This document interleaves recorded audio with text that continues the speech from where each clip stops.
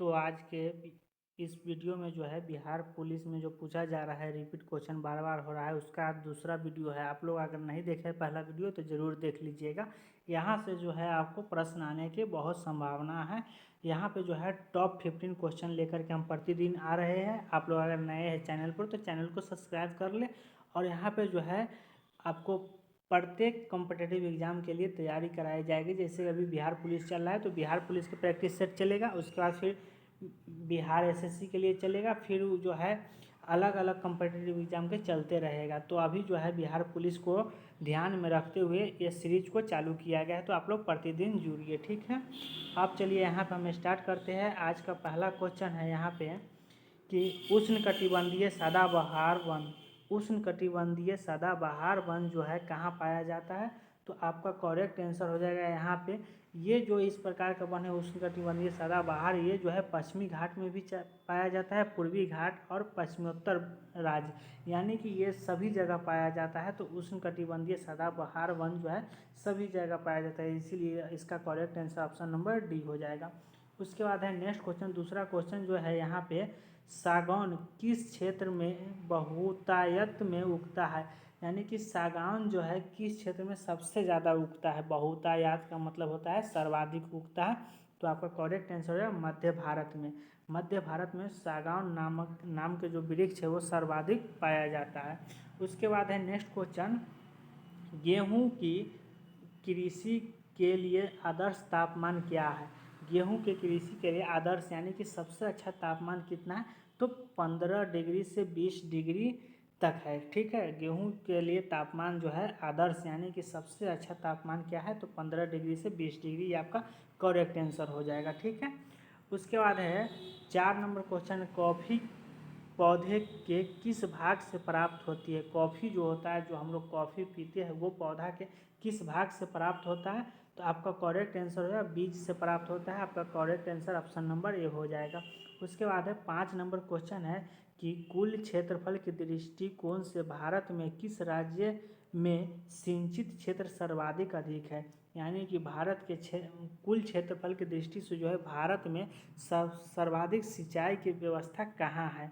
तो उत्तर प्रदेश में जो है सिंचाई की सर्वाधिक व्यवस्था है। तो आपका करेक्ट आंसर हो जाएगा ऑप्शन नंबर सी। उसके बाद चलिए नेक्स्ट क्वेश्चन देख लेते हैं। 6 नंबर क्वेश्चन है, कौन सा राज्य बॉक्साइट उत्पादन में अग्रणी है, यानी कि कौन सा राज्य जो है बॉक्साइट का सबसे ज़्यादा उत्पादन करता है। तो आपका करेक्ट आंसर हो जाएगा उड़ीसा।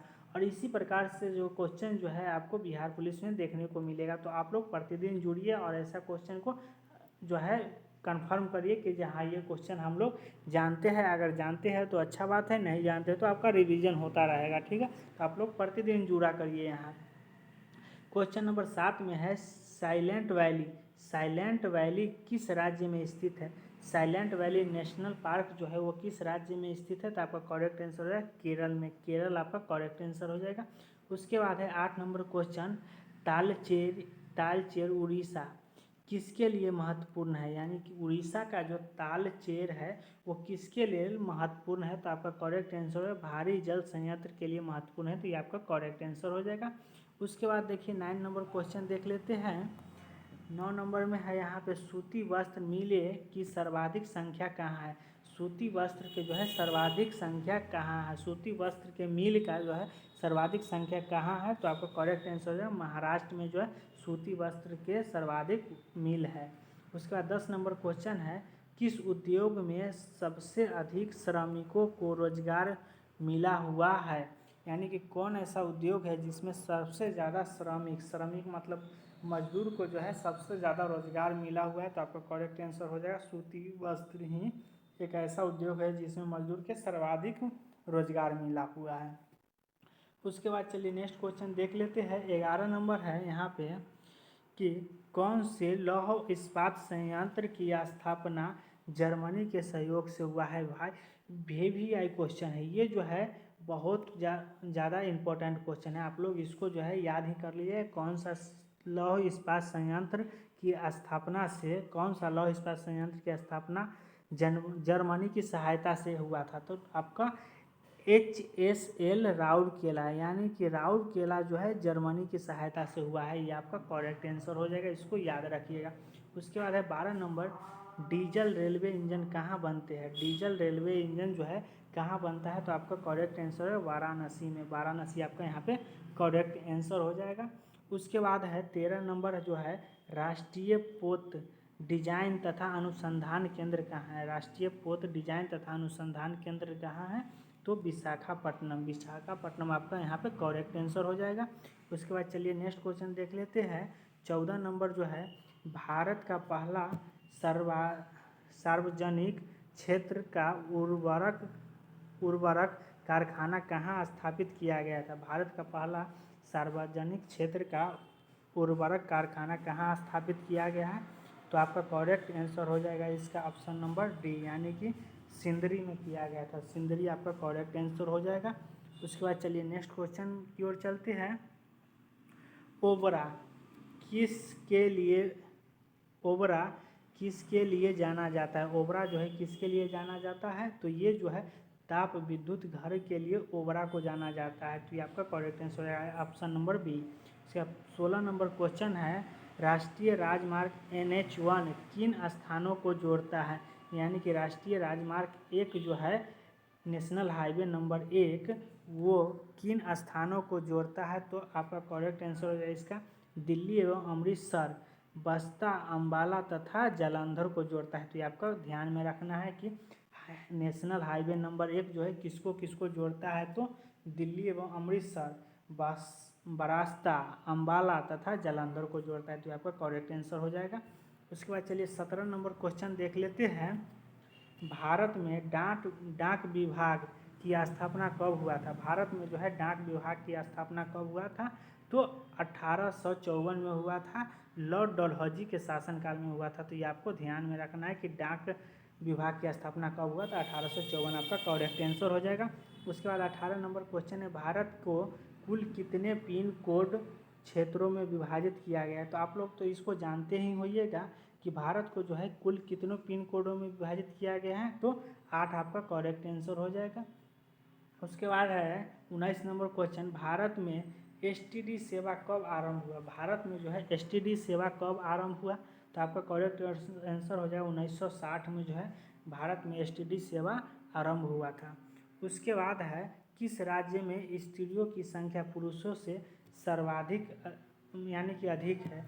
तो आप सभी जानते होइएगा, जनगणना 2011 के जनगणना जरूर पढ़े होइएगा। तो ये जो है केरल में जो है पुरुषों की संख्या से ज़्यादा है स्त्री की संख्या। तो आपका करेक्ट आंसर है केरल। यहाँ पर लमसम 1084 जो है महिला की संख्या है 1000 पुरुष पर, यानी कि 84 स्त्री ही ज़्यादा है। और सभी राज्यों में जो है 1000 से भी कम है स्त्री की संख्या, लेकिन यहाँ जो है स्त्री की संख्या ही पुरुष की संख्या से अधिक है, 84 लमसम। उसके बाद है 21 नंबर क्वेश्चन कि भारत में कौन से वर्ग की भाषाएं बोलने वाली की संख्या सर्वाधिक है। भारत में जो है कौन से वर्ग की भाषाएं बोलने वालों की संख्या सर्वाधिक है, तो आपका करेक्ट आंसर हो जाएगा इंडो आर्यन। इंडो आर्यन आपका करेक्ट आंसर हो जाएगा।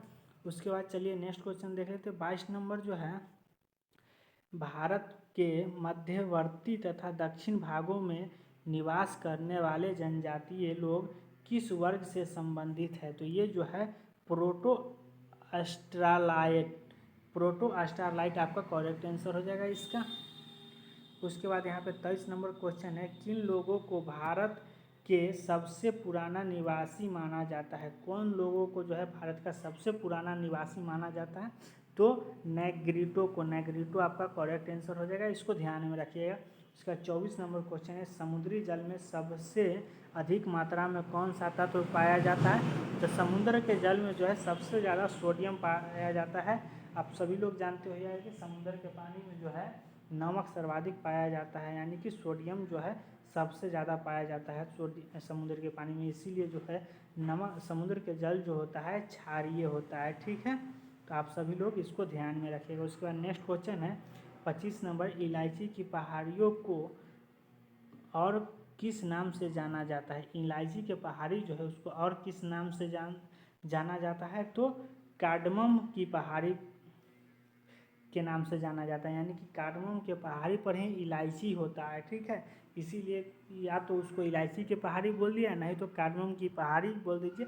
हालांकि उस जगह के नाम जो है कार्डमम की पहाड़ी है, लेकिन वहाँ सर्वाधिक मात्रा में इलायची होता है, इसीलिए इलायची को ही कार्डमम की पहाड़ी बोलते हैं। ठीक है, तो ये आपका correct answer option number C हो जाएगा। उसके बाद चलिए 26 नंबर क्वेश्चन देख लेते हैं। एक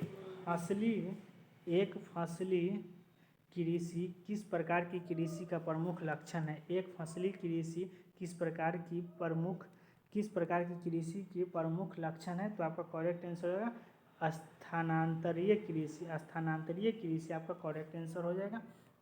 उसके बाद चलिए 27 नंबर क्वेश्चन है यहाँ पे, कौन से प्राकृतिक प्रदेशों को संसार की रोटी की टोकरी कहा जाता है? तो रोटी की टोकरी किसे कहा जाता है? तो आपका करेक्ट आंसर हो जाएगा ऑप्शन नंबर ए, यानी कि स्टेपी प्रदेश को जो है रोटी की टोकरी कहा जाता है। ठीक है, तो इसको ध्यान में रखना है। उसके बाद है 28 नंबर, निम्नलिखित में से कौन सी जनजाति पशुचारण करती है? तो पशुचारण जो है कौन सी जनजाति करती है? तो आपका करेक्ट आंसर हो जाएगा मसाई यहाँ पे आपका करेक्ट आंसर हो जाएगा, तो इसको ध्यान में रखिएगा। उसके बाद है नेक्स्ट है 29 नंबर क्वेश्चन, वह मिट्टी जिसका रंग लौह ऑक्साइड की उपस्थिति का परिणाम है, तो वो कौन सा मिट्टी है? तो आपका करेक्ट आंसर हो जाएगा वो जो मिट्टी है लैटेराइट मिट्टी है। यहाँ पे करेक्ट आंसर हो जाएगा ऑप्शन नंबर सी। लैटेराइट मिट्टी का रंग जो है लौह ऑक्साइड की उपस्थिति के परिणाम होता है। ठीक है, उसके बाद है 30 नंबर, डंकन पास किसके मध्य स्थित है? डंकन पास जो है किसके मध्य स्थित है? आपका करेक्ट आंसर हो जाएगा दक्षिणी और छोटा अंडमान के बीच। दक्षिणी और छोटा अंडमान आपका यहाँ पे करेक्ट आंसर हो जाएगा। उसके बाद 31 नंबर क्वेश्चन है कि अंडमान और निकोबार द्वीप समूह एक दूसरे से किससे पृथक हुए हैं? तो अंडमान और निकोबार द्वीप समूह जो है एक दूसरे से किससे पृथक हुआ है? तो आपका करेक्ट आंसर हो जाएगा 10 डिग्री चैनल, यानी कि 10 डिग्री चैनल से जो है अंडमान निकोबार जो है पृथक यानी कि अलग अलग हुआ है। तो इस बात को आपको ध्यान में रखना है। उसके बाद है 32 नंबर क्वेश्चन, हिमालय के सर्वोच्च शिखर माउंट एवरेस्ट की ऊंचाई कितनी है? यानी कि हिमालय जो है उसका सर्वोत्तम चोटी कौन है? तो माउंट एवरेस्ट है, और उसकी ऊंचाई कितना है? तो आपका करेक्ट आंसर हो जाएगा 8850 मीटर। ठीक है, हालांकि ये कहीं कहीं पे जो है कभी घट भी जाता है, 8800 जो है 48 भी हो जाता है, यानी कि 8848 भी हो जाता है, और कभी कभी जो है वहाँ पे 50 भी हो जाता है। तो आपको ध्यान में रखना है, ये जो होता है कम बेस जो होता है हिमालय के सबसे ऊंचा चोटी है, और यहाँ पे जो है बर्फ़ जम जाने के कारण जो है कभी कभी बढ़ जाता है, तो उसको 50 मीटर मान लिया जाता है कि 8850 मीटर। उसके बाद 33 नंबर क्वेश्चन है कि निम्न में से कौन सी रेखा भारत से होकर गुजरती है? तो भारत से होकर के कौन सी रेखा गुजरती है? तो आपका करेक्ट आंसर है कर्क रेखा जो है भारत से होकर गुजरती है। ठीक है, उसके बाद है नेक्स्ट क्वेश्चन, मन्नार की खाड़ी कहाँ स्थित है? तो मन्नार की खाड़ी कहाँ स्थित है? तो आपका करेक्ट आंसर जो हो जाएगा ये है तमिलनाडु के पूर्व में मन्नार की खाड़ी स्थित है, तो इसको आप ध्यान में रखिएगा।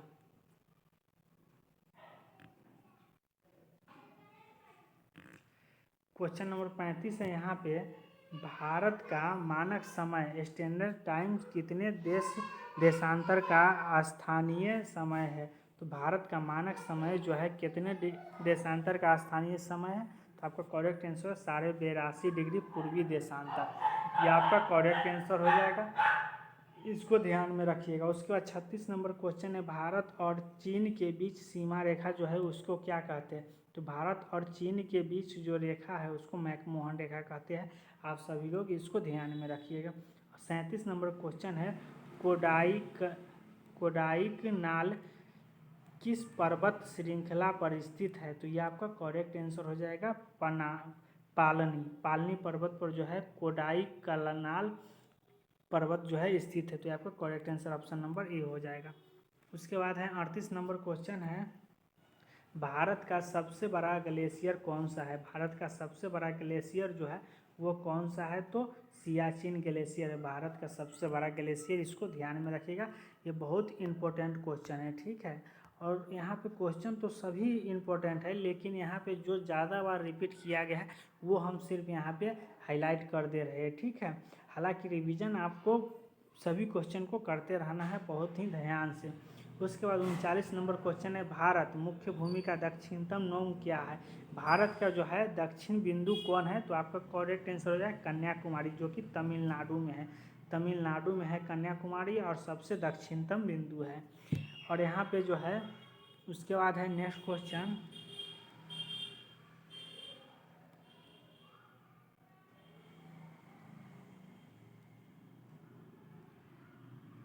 डुरंड लाइन निम्नलिखित में से, डुरंड लाइन जो है निम्नलिखित में दो देशों के बीच की सीमा रेखा है। वो डुरंड लाइन कौन कौन देश के जो है बीच की सीमा रेखा है? तो आपका करेक्ट आंसर हो जाएगा पाकिस्तान और अफगानिस्तान के बीच के जो बीच की सीमा रेखा है उसको हम लोग डुरंड रेखा कहते हैं। ठीक है, तो आपका correct answer option number B हो जाएगा। उसका 41 नंबर क्वेश्चन है, भारत में सबसे कम वर्षा वाला स्थान कौन सा है? तो भारत में सबसे कम वर्षा जो होता है वो लेह में होता है। ठीक है, तो लेह आपका करेक्ट आंसर, सबसे कम वर्षा। और सबसे ज़्यादा वर्षा पूछेगा तो मेघालय के मासिनराम में होता है। ठीक है, तो सर्वाधिक पूछेगा तो मेघालय के मासिनराम में, और सबसे कम पूछा है तो यहाँ पे लेह हो जाएगा करेक्ट आंसर। उसके बाद 42 नंबर क्वेश्चन है, हिमालय पर्वत श्रेणी की सर्वाधिक ऊंचाई पर स्थित दर्रा कौन सा है? तो हिमालय पर्वत श्रेणी के सर्वाधिक ऊंचाई पर जो स्थित दर्रा है उसे हम काराकोरम दर्रा कहते हैं। तो यहाँ पर करेक्ट आंसर है काराकोरम। उसके बाद है नेक्स्ट क्वेश्चन है कि भारत की सबसे बड़ी सुरंग जवाहर सुरंग, भारत की सबसे बड़ी सुरंग जो है कौन सा है? जवाहर सुरंग। यहाँ से दो को क्वेश्चन बन रहा है, यानी कि भारत की सबसे बड़ी सुरंग कौन है? तो जवाहर सुरंग। वह किस राज्य में स्थित है? तो आपका करेक्ट आंसर हो जाएगा वो जो है जम्मू कश्मीर में स्थित है। तो ये भी आपको याद रखना है। तो यहाँ पे सबसे बड़ा सुरंग कौन है? तो जवाहर सुरंग हो जाएगा। और उसके बाद कहाँ है? तो जम्मू कश्मीर में। दो क्वेश्चन आपको यहाँ से बन रहा है, आपको ध्यान में रखना है। उसका 44 नंबर क्वेश्चन है, पूर्वी और पश्चिमी घाट कहाँ मिलते हैं? तो पूर्वी और पश्चिमी घाट जो कहाँ मिलते हैं? तो नीलगिरी पहाड़ी पर पूर्वी और पश्चिमी घाट मिलता है। तो आपका करेक्ट आंसर हो जाएगा ऑप्शन नंबर डी। उसके बाद 45 नंबर क्वेश्चन है, ऑपरेशन फ्लड का संबंध किससे है? तो ऑपरेशन फ्लड का संबंध जो है दूध से है। तो दूध आपका करेक्ट आंसर हो जाएगा, ऑपरेशन फ्लड का संबंध जो है दूध से है। उसके बाद है पोर्ट ब्लेयर अवस्थित है। पोर्ट ब्लेयर कहाँ अवस्थित है? तो पोर्ट ब्लेयर जो है वो दक्षिण अंडमान में स्थित है, ये आपको ध्यान में रखना है। ठीक, चलिए 47 नंबर क्वेश्चन देख लेते हैं, क्षेत्रफल के अनुसार विश्व में भारत का स्थान कौन सा है? क्षेत्रफल के अनुसार जो है विश्व में भारत का कौन सा स्थान है? तो 7वां स्थान है, ये आपको ध्यान में रखना है। ठीक है, 7वां स्थान है। उसके बाद है 48 नंबर क्वेश्चन है, निम्नलिखित में से कौन से देश की सबसे लंबी अंतर्राष्ट्रीय सीमा रेखा भारत से जुड़ी है?